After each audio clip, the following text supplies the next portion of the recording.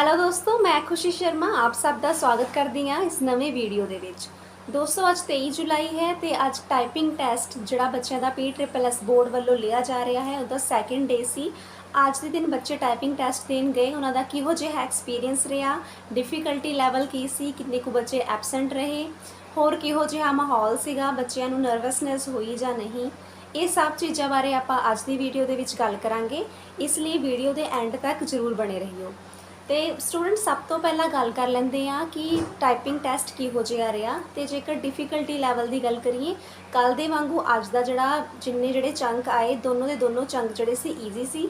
ਪੰਜਾਬੀ ਦਾ ਜ਼ਿਆਦਾ ਈਜ਼ੀ ਸੀ। ਜਿਵੇਂ ਕੱਲ ਕੋਲਨ ਆਇਆ ਸੀ, ਇੱਕ ਸਿੰਬਲ ਤੇ ਆ ਸੈਮੀ ਕੋਲਨ ਸਿੰਬਲ, ਮਤਲਬ ਦੋ ਸਿੰਬਲ ਦੇਖਣ ਨੂੰ ਮਿਲੇ। ਸੈਕਿੰਡ ਨੰਬਰ ਤੇ ਗੱਲ ਕਰ ਲਈ ਅੰਗਰੇਜ਼ੀ ਦੀ। ਅੰਗਰੇਜ਼ੀ ਜਿਹੜਾ ਸੀ ਪੰਜਾਬੀ ਨਾਲੋਂ ਐਜ਼ ਕੰਪੇਅਰ ਟੂ ਪੰਜਾਬੀ ਥੋੜਾ ਜਿਹਾ ਡਿਫਿਕਲਟ ਸੀ। ਮਤਲਬ ਇੰਗਲਿਸ਼ ਨੂੰ ਆਪਾਂ ਮੋਡਰੇਟ ਲੈ ਕੇ ਚੱਲ ਸਕਦੇ ਹਾਂ। ਮਤਲਬ ਡਿਫਿਕਲਟੀ ਲੈਵਲ ਜੋ ਹੈ ਬਹੁਤ ਜ਼ਿਆਦਾ ਨਹੀਂ ਸੀ, ਈਜ਼ੀ ਤੇ ਮੋਡਰੇਟ ਸੀ।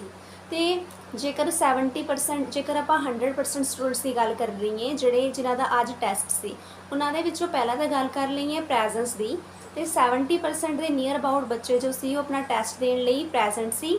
30% ਦੇ ਕਰੀਬ ਬੱਚੇ ਅੱਜ ਵੀ ਐਬਸੈਂਟ ਸੀ। ਐਬਸੈਂਟ ਹੋਣ ਦੇ ਵੀ ਦੋ ਕਾਰਨ ਸੀ। ਕਈ ਬੱਚੇ ਜੋ ਸੀ ਉਹ ਟੈਸਟ ਦੇਣ ਹੀ ਨਹੀਂ ਗਏ ਕਿਉਂਕਿ ਹੋ ਸਕਦਾ ਹੈ ਕਿ ਉਹਨਾਂ ਦੀ ਪੰਜਾਬੀ ਦੀ ਜਾਂ ਇੰਗਲਿਸ਼ ਦੀ ਟਾਈਪਿੰਗ ਟੈਸਟ ਦੀ ਸਪੀਡ ਨਾ ਬਣੀ ਹੋਵੇ। ਸੈਕਿੰਡ ਰੀਜ਼ਨ ਜੋ ਇਹ ਸੀਗਾ ਕਿ ਕਈ ਬੱਚਿਆਂ ਦੀ ਆਲਰੇਡੀ ਕਿਸੇ ਹੋਰ ਡਿਪਾਰਟਮੈਂਟਸ ਦੇ ਵਿੱਚ ਜੁਆਇਨਿੰਗ ਹੋ ਚੁੱਕੀ ਹੈ, ਉਹਨਾਂ ਨੂੰ ਕਿਤੇ ਹੋਰ ਜੌਬ ਮਿਲ ਚੁੱਕੀ ਹੈ, ਇਸ ਕਾਰਨ ਉਹ ਟਾਈਪਿੰਗ ਟੈਸਟ ਦੇਣ ਨਹੀਂ ਗਏ।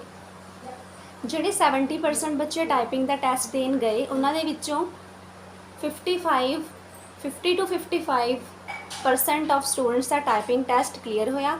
ਬਾਕੀ 10 ਤੋਂ 15% ਜਿਹੜੇ ਬੱਚੇ ਸੀ, ਅਗੇਨ ਉਹਦਾ ਟਾਈਪਿੰਗ ਟੈਸਟ ਜੋ ਹੈ ਕਲੀਅਰ ਨਹੀਂ ਹੋਇਆ। ਅੰਗਰੇਜ਼ੀ ਦਾ ਟਾਈਪਿੰਗ ਟੈਸਟ ਆਲਮੋਸਟ ਸਾਰੇ ਬੱਚੇ ਕਲੀਅਰ ਕਰ ਗਏ, ਪਰ ਪੰਜਾਬੀ ਦੇ ਟਾਈਪਿੰਗ ਟੈਸਟ ਦੇ ਵਿੱਚ ਕਾਫੀ ਸਾਰੇ ਸਟੂਡੈਂਟ ਰਹਿ ਗਏ। ਹਾਂਜੀ ਸਟੂਡੈਂਟ, ਜੇਕਰ ਸ਼ੁਰੂ ਤੋਂ ਗੱਲ ਕਰੀਏ ਟਾਈਪਿੰਗ ਦੀ, ਤਾਂ ਸਭ ਤੋਂ ਪਹਿਲਾਂ ਬੱਚਿਆਂ ਦੇ ਡੈਮੋ ਲਏ ਜਾਂਦੇ ਆ। ਸਭ ਤੋਂ ਪਹਿਲਾਂ ਪੰਜਾਬੀ ਦਾ ਡੈਮੋ 3 ਮਿੰਟਸ ਦਾ, ਜਿਹਦੇ ਵਿੱਚ 3 ਚੰਕ ਹੁੰਦੇ ਆ।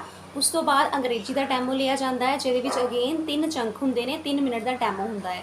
ਉਸ ਦੇ ਵਿੱਚ ਪਾਸ ਜਾਂ ਫੇਲ ਹੋਣਾ ਦੀ ਕੋਈ ਮਤਲਬ ਇਹ ਨਹੀਂ ਹੁੰਦੀ ਕਿ ਤੁਹਾਡਾ ਪਾਸ ਹੋਣਾ ਜ਼ਰੂਰੀ ਹੈ। ਪਾਸ ਵੀ ਹੋ ਸਕਦੇ ਹੋ, ਫੇਲ ਵੀ ਹੋ ਸਕਦੇ ਹੋ ਡੈਮੋ ਦੇ ਵਿੱਚ, ਲੇਕਿਨ ਰੀਅਲ ਟਾਈਪਿੰਗ ਦੇ ਵਿੱਚ ਨਹੀਂ। ਡੈਮੋ ਤੋਂ ਬਾਅਦ ਤੁਸੀਂ ਆਪਣਾ ਕੀਬੋਰਡ ਘਰੋਂ ਲੈ ਕੇ ਗਏ ਹੁੰਦੇ ਹੋ, ਇੱਕ ਅੰਡਰਟੇਕਿੰਗ ਹੁੰਦੀ ਹੈ, ਤੁਹਾਡੇ ਤੋਂ ਲਿਖਵਾਇਆ ਜਾਏਗਾ ਕਿ ਮੈਂ ਆਪਣਾ ਕੀਬੋਰਡ ਲੈ ਕੇ ਆਇਆ ਹਾਂ। ਜੇਕਰ ਕੁਝ ਵੀ ਪੇਪਰ ਦੇ ਦੌਰਾਨ ਮੇਰਾ ਕੀਬੋਰਡ ਖਰਾਬ ਹੁੰਦਾ ਹੈ ਜਾਂ ਟਾਈਪਿੰਗ ਨਹੀਂ ਹੁੰਦੀ, ਤਾਂ ਮੇਰੀ ਖੁਦ ਦੀ ਜ਼ਿੰਮੇਵਾਰੀ ਹੋਵੇਗੀ। ਇਹ ਅੰਡਰਟੇਕਿੰਗ ਲਈ ਜਾਂਦੀ ਹੈ।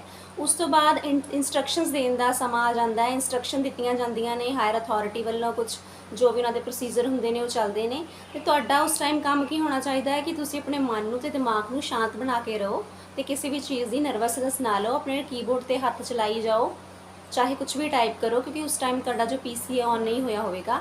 ਤੇ ਬਾਅਦ ਵਿੱਚ ਤੁਹਾਡੇ ਟੈਸਟ ਸ਼ੁਰੂ ਹੁੰਦੇ ਨੇ, ਜਿਹਦੇ ਵਿੱਚ ਪਹਿਲੇ ਅੰਗਰੇਜ਼ੀ ਦਾ ਟੈਸਟ 10 ਮਿੰਟ ਦਾ ਗੈਪ ਤੋਂ ਬਾਅਦ, ਪਹਿਲੇ ਪੰਜਾਬੀ ਦਾ ਟੈਸਟ, ਫਿਰ 5 ਮਿੰਟ ਦੀ ਗੈਪ ਤੋਂ ਬਾਅਦ ਅੰਗਰੇਜ਼ੀ ਦਾ ਟਾਈਪਿੰਗ ਟੈਸਟ ਹੁੰਦਾ ਹੈ। ਤੇ ਉਸ ਤੋਂ ਬਾਅਦ ਤੁਹਾਡਾ ਜਿਹੜਾ ਰਿਜ਼ਲਟ ਹੈ ਉਹ ਤੁਹਾਨੂੰ ਸ਼ੋ ਹੋ ਜਾਂਦਾ ਹੈ, ਬੋਥ ਪੰਜਾਬੀ ਦਾ ਐਂਡ ਅੰਗਰੇਜ਼ੀ ਦਾ, ਕਿ ਤੁਸੀਂ ਪਾਸ ਹੋ ਜਾਂ ਨਹੀਂ। ਤੇ ਤੁਹਾਡੀਆਂ ਗਲਤੀਆਂ ਵੀ ਜੋ ਨੇ ਉਹ ਸ਼ੋ ਹੋ ਜਾਂਦੀਆਂ ਨੇ। ਜੇਕਰ ਚੰਕਸ ਦੀ ਗੱਲ ਕਰੀਏ ਤਾਂ ਅੰਗਰੇਜ਼ੀ ਤੇ ਪੰਜਾਬੀ ਦੋਨਾਂ ਦੇ ਵਿੱਚ 10-10 ਚੰਕ ਆਉਣਗੇ। ਹਰ ਇੱਕ ਚੰਕ ਦੇ ਵਿੱਚ 3 ਤੋਂ 4 ਲਾਈਨਾਂ ਹੁੰਦੀਆਂ ਨੇ। ਇੱਕ ਚੰਕ ਕੰਪਲੀਟ ਕਰਨ ਤੋਂ ਬਾਅਦ ਤੁਸੀਂ ਐਂਟਰ ਪ੍ਰੈਸ ਕਰਕੇ ਸੈਕਿੰਡ ਚੰਕ ਦੇ ਵਿੱਚ ਜਾ ਸਕਦੇ ਹੋ। ਸੇਮ ਇਹੀ ਪ੍ਰੋਸੀਜਰ ਅੰਗਰੇਜ਼ੀ ਦਾ ਵੀ ਰਹਿੰਦਾ ਹੈ। ਇਸ ਤੋਂ ਬਾਅਦ ਜਿਹੜੇ ਬੱਚੇ ਸਭ ਤੋਂ ਜ਼ਿਆਦਾ ਕੁਐਸਚਨ ਪੁੱਛ ਰਹੇ ਨੇ ਕਮੈਂਟਸ ਦੇ ਵਿੱਚ ਕਿ ਸੈਕਿੰਡ ਲਿਸਟ ਆਵੇਗੀ ਕਿ ਜਾਂ ਨਹੀਂ ਆਵੇਗੀ, ਤੇ ਕਾਫੀ ਉਮੀਦ ਹੈ, 60 ਤੋਂ 70% ਉਮੀਦ ਹੈ ਕਿ ਜਿਹੜੀ ਟਾਈਪਿੰਗ ਦੀ ਸੈਕਿੰਡ ਲਿਸਟ ਜ਼ਰੂਰ ਆਉਣੀ ਚਾਹੀਦੀ ਹੈ, ਕਿਉਂਕਿ ਕਾਫੀ ਬੱਚੇ ਐਬਸੈਂਟ ਹੋ ਰਹੇ ਨੇ, ਕਾਫੀ ਬੱਚਿਆਂ ਦਾ ਜਿਹੜਾ ਟੈਸਟ ਹੈ ਉਹ ਕਲੀਅਰ ਨਹੀਂ ਹੋ ਰਿਹਾ, ਤੇ ਕਾਫੀ ਇਹਦੇ ਪਰਸੈਂਟੇਜ ਹੈ। ਉਮੀਦ ਹੈ ਕਿ ਇਹਦੀ ਟਾਈਪਿੰਗ ਦੀ ਸੈਕਿੰਡ ਲਿਸਟ ਜਲਦੀ ਆਵੇਗੀ। ਜਦੋਂ ਇਹ ਟਾਈਪਿੰਗ ਟੈਸਟ ਓਵਰ ਹੋ ਜਾਣਗੇ 26 ਜਾਂ 27 ਜੁਲਾਈ ਤੱਕ, ਉਸ ਤੋਂ 1 ਜਾਂ 2 ਦਿਨਾਂ ਦੇ ਬਾਅਦ ਸੈਕਿੰਡ ਜਿਹੜੀ ਟਾਈਪਿੰਗ ਲਿਸਟ ਜ਼ਰੂਰ ਆ ਜਾਵੇਗੀ। ਉਮੀਦ ਕਰਦੀ ਹਾਂ ਤੁਹਾਨੂੰ ਅੱਜ ਦੀ ਵੀਡੀਓ ਕਾਫੀ ਪਸੰਦ ਆਈ ਹੋਵੇਗੀ। ਜੇਕਰ ਤੁਸੀਂ ਹਰੇਕ ਪੰਜਾਬ ਐਗਜ਼ਾਮ ਦੀ ਜਾਣਕਾਰੀ ਲੈਣਾ ਚਾਹੁੰਦੇ ਹੋ, ਤੁਸੀਂ ਸਾਡੇ ਚੈਨਲ ਨਾਲ ਜੁੜ ਸਕਦੇ ਹੋ, ਇਸ ਚੈਨਲ ਨੂੰ ਸਬਸਕ੍ਰਾਈਬ ਕਰ ਸਕਦੇ ਹੋ। ਤੇ ਦੋਸਤੋ, ਮਿਲਦੇ ਹਾਂ ਅਗਲੀ ਵੀਡੀਓ ਦੇ ਵਿੱਚ। ਤਦ ਤੱਕ ਲਈ ਰੱਬ ਰਾਖਾ। ਧੰਨਵਾਦ।